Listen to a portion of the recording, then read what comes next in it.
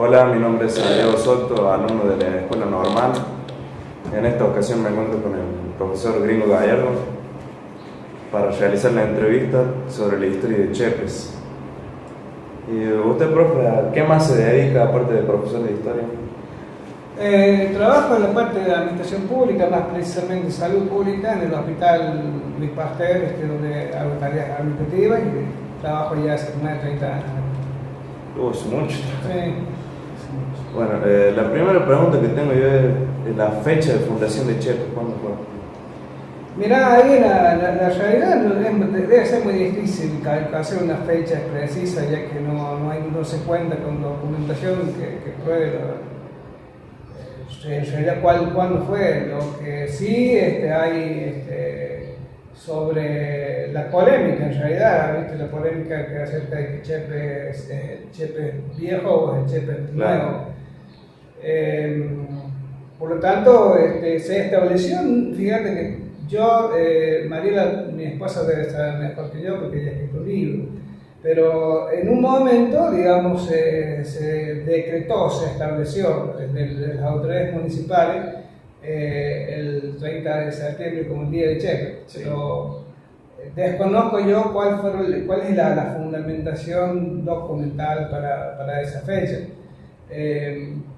Ahí está la postura, digamos, hasta hace poco, digamos, la postura de que Chepes empieza a crecer y nace como ciudad con la llegada del ferrocarril. Incluso también hay cierta controversia porque hay algunos que plantean con la llegada los trabajos, primeros trabajos que se hacen acá, y hay otros que plantean cuando pasa el tren, cuando se finaliza la obra, que había, digamos, un lapso de tiempo también en ese sentido en cuanto a la fecha exacta. La otra postura, que es la que propusieron en un momento y que tuvo mucha eco, y bueno, se cambió el origen de Chepes, el Chepes viejo, que es Villa Chepes, con la fundación de alguna manera de Chepes en ese lugar, y ahí hay una diferencia bastante en cuanto a la cantidad de años. Claro, hay una idea de que se funda por ferrocarril y por Villa Chepes.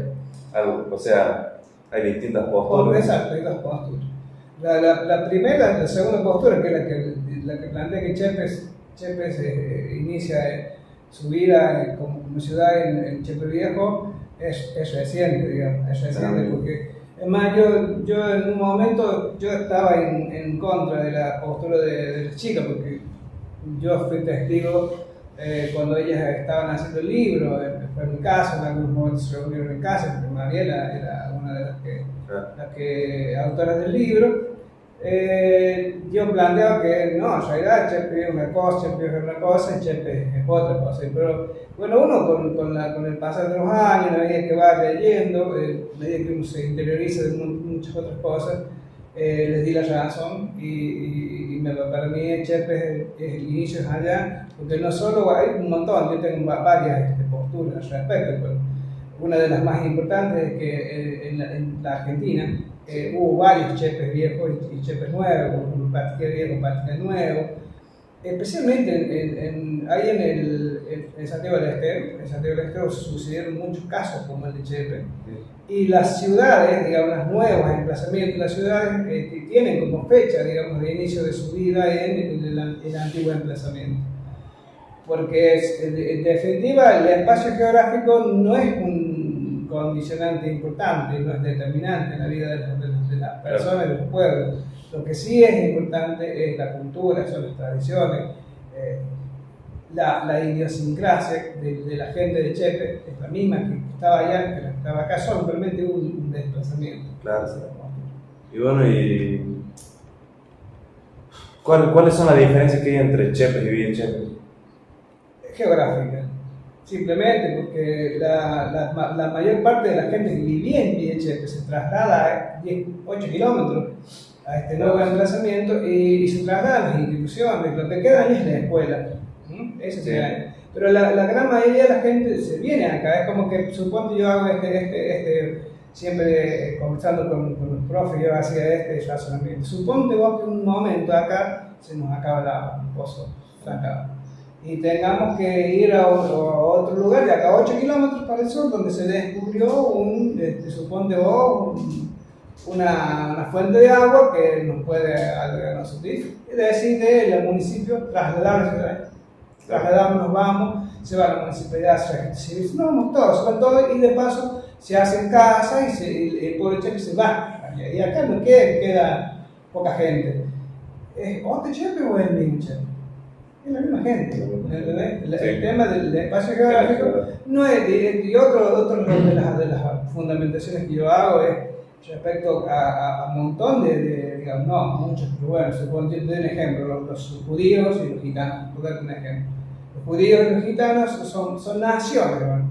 Es distinto, el que es un pueblo-nación, pero bueno, ellos están desparramados por el mundo, y los gitanos son gitanos. Vivan en Alemania, en África, en América Latina, son gitanos, se desplazan por todo el mundo y la cuestión geográfica es secundaria. Lo mismo pasa con los judíos.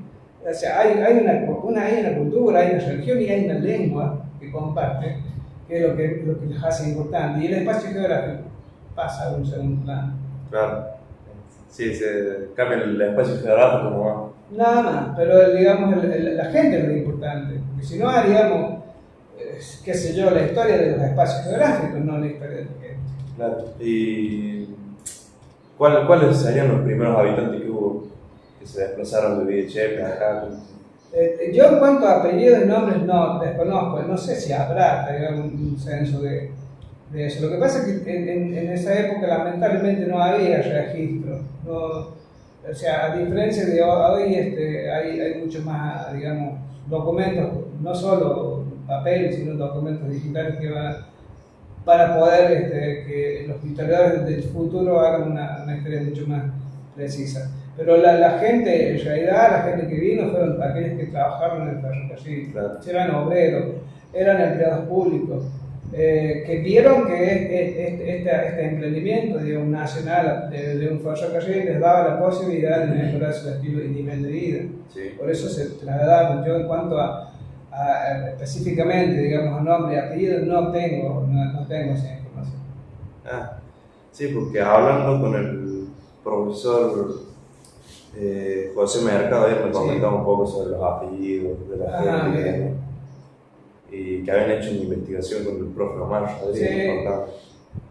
Sí, ellos tienen la postura de que la historia de Chepe es distinta. Claro. Ellos creen que este es un nuevo emplazamiento, es una nueva ciudad y que aquella es otra. Yo no comparto su posición, pero sí lo entiendo. Además, es que enriquece el debate también. Han llegado. Tengo entendido que han hecho un análisis de las tumbas que hay en el cementerio de Chepe para un poco fundamental de que no todos se vinieron para acá y que hubo una gente que quedó allá en Chepe. ¿Y cuáles serían las costumbres más destacadas de aquí de la ciudad? Y mira, yo sí hay algo que se le debe a Chepe un poco estudiar, investigar y crear historias culturales. Hay digamos, las obras, en el caso de la señora Esmeralda, como en el caso de Mariela y su compañera, su relato, el rescate histórico que hacen es institucional, muy político. Entonces falta un poco, que yo creo que alguien lo debe tomar, la historia social y política, social económica y la cultural.